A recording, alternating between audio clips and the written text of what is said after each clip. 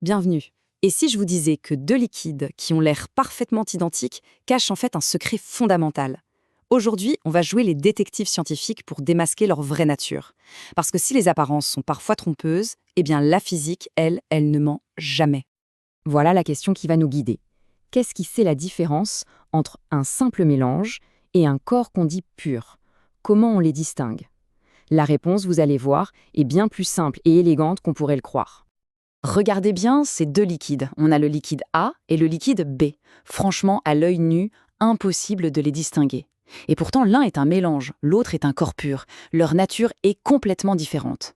Alors, comment on fait pour percer ce mystère? C'est tout l'objet de notre petite enquête du jour. Allez, notre enquête commence. Ces deux béchers contiennent un secret et on va utiliser la science pour le faire parler. Bon, il est temps de révéler l'identité de nos suspects. Le liquide A, c'est de l'eau salée, donc un mélange, et le liquide B, c'est de l'eau pure, un corps pur. Mais attention, le savoir ne suffit pas. L'enjeu maintenant, c'est de le prouver avec des faits, des preuves irréfutables. Passons donc à l'action.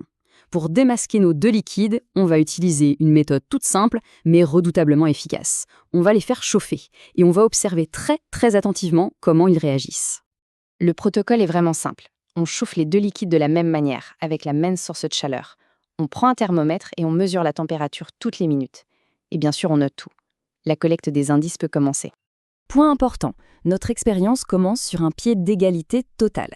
Les deux substances sont exactement à la même température de départ, 20 degrés Celsius. C'est la condition sine qua non pour que la comparaison soit juste.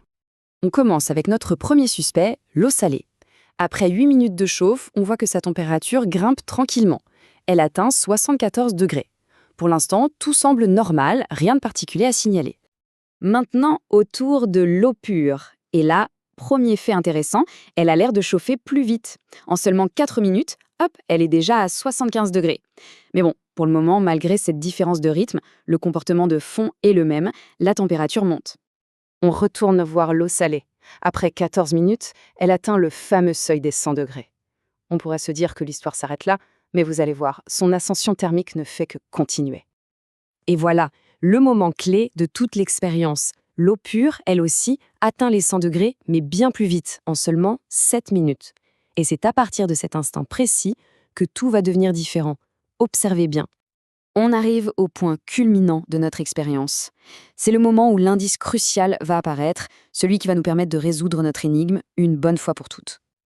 Et voilà, la preuve est sous nos yeux. Le contraste est juste saisissant. D'un côté, la température de l'eau salée continue de grimper, elle dépasse les 100 degrés, elle atteint même 108.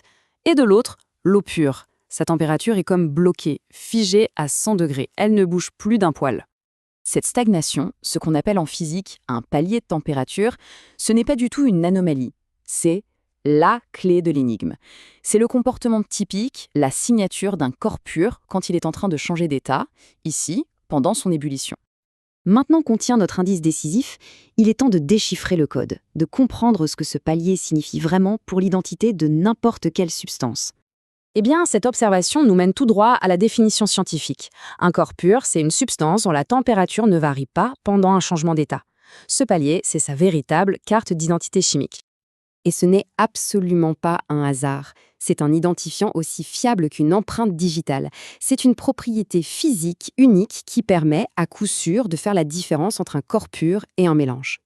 Mais ce qu'on vient de voir avec notre petite expérience sur l'eau, ça va bien au-delà. En fait, c'est un principe fondamental qui s'applique à absolument tous les corps purs qui existent. On peut vraiment voir ce palier de température comme une sorte d'empreinte thermique. C'est une super image.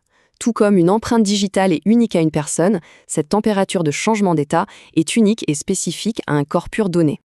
Et regardez, chaque substance pure a sa propre empreinte. L'eau, l'alcool, le mercure, le fer, ils ont tous des températures de fusion et d'ébullition bien à eux. Ce sont des valeurs fixes, constantes, qui ne changent pas. Et parfois, les différences sont juste spectaculaires.